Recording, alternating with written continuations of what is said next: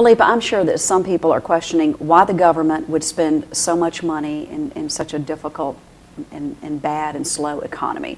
So tell us why the money is actually being spent on the census right now. Well, our founding fathers included it in the United States Constitution. So the census is not a subject, it's not subject to rather which political party is in office at any given time. We've had it around for over 200 years, and it was simply established very early on that we had to have an account of the persons living in our community, so that, as Bill said, we could plan, we could make good decisions, and we could distribute money properly, and that we would have proper representation to each and every community. What happens if people don't participate in the census? Wow. That's a really great question. In this particular economy, could be really quite devastating. A lot of people are counting on this money. A lot of organizations and government organizations are counting on these dollars. We've had such a shortfall in revenue in terms of taxes and so forth, sales tax and things of that nature, that if these dollars don't come in, there could be some projects that will literally stop in their tracks. And why don't you talk, because you work in the service industry, Sure. talk about some of those, because I think when you talk locally about what those services are that your department provides, people then really start to make the connection between the census and Meals on Wheels, and the census and transportation. And exactly, and that's a perfect example. We know, because we've received the calls, we've seen people in our office, that our aging population is increasing.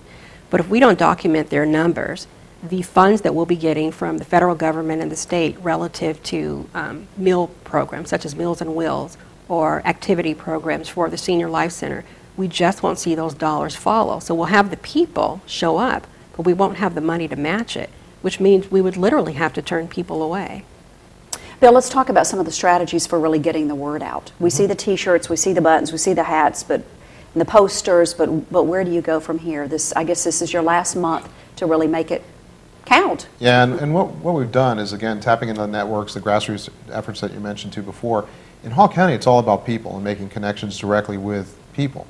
Advertising, that kind of stuff only goes so far to raise the awareness. And so what we've really focused on is trying to really focus on the people that are in leadership roles in the different organizations that hopefully will then invite us in to come and give a talk, whether it's 5 minutes or an hour. We can do both, but basically the main thing is to try to get out to as many folks as we can.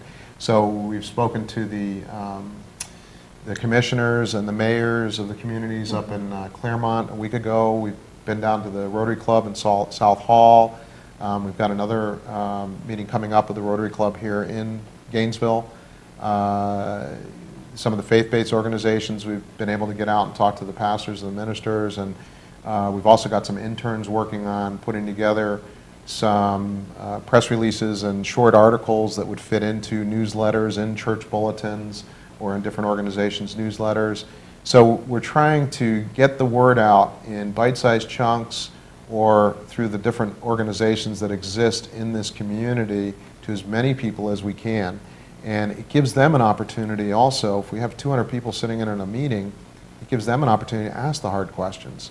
And while we may not have all the answers, we can at least demystify the process. We can assure people of what it is, and hopefully by doing so, we can get a positive response that then leads to people completing this important document. It is mandated by law.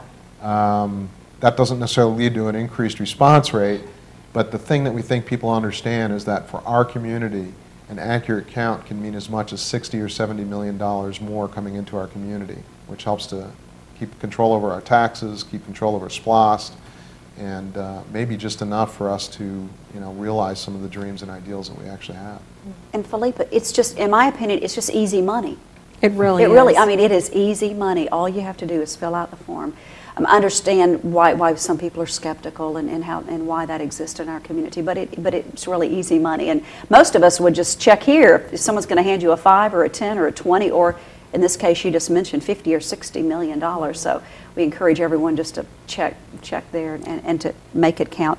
Let's talk about There's a website people can go to look up more information. Tell us about that. Yeah, the website actually can be accessed through any local government here in Hall County, Gainesville, Claremont, what have you, Flowery Branch.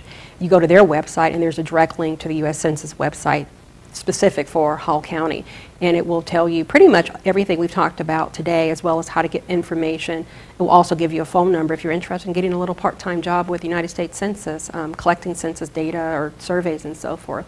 So it's very resourceful, and I highly recommend anybody that has a computer to go online and check it out. You mentioned something, jobs, so I'll let Bill talk about that a little bit more, because a lot of people watching today are looking for jobs. The census, you and I talked earlier about the amount of money that's spent on this, but one of the good things also that comes out of this is the number of jobs it creates.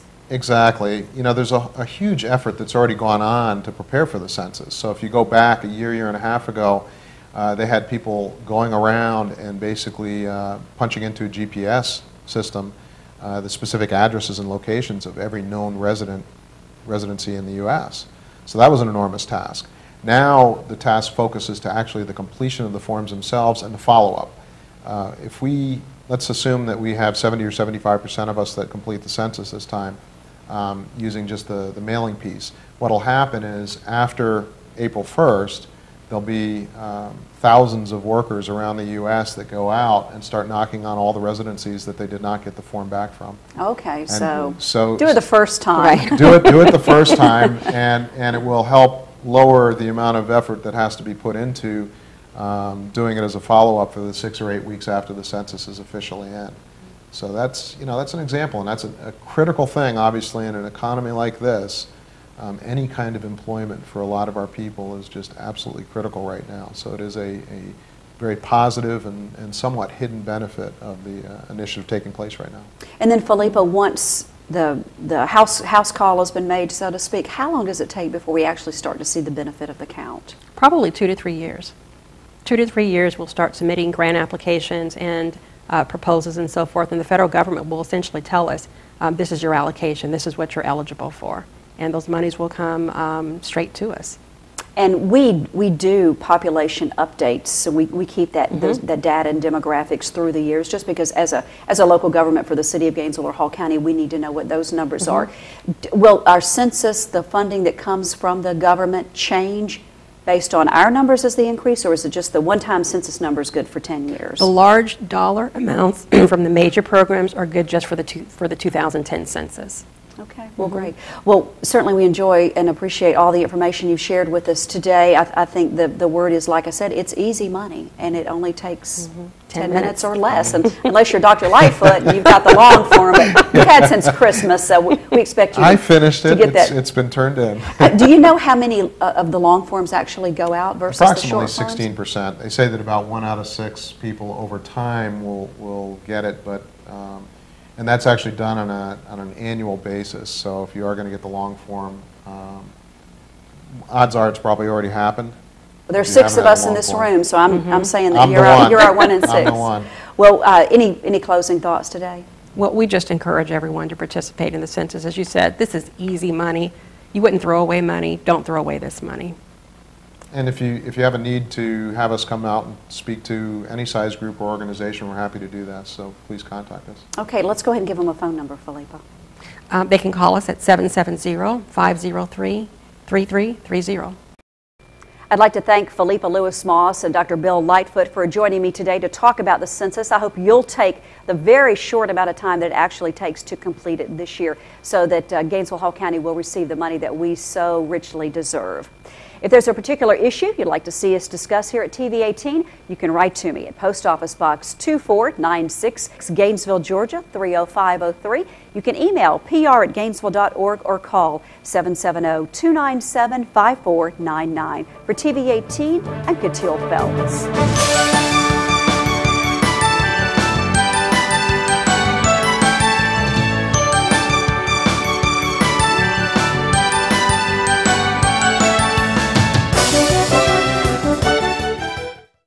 You're watching TV18, the government channel for Gainesville and Hall County.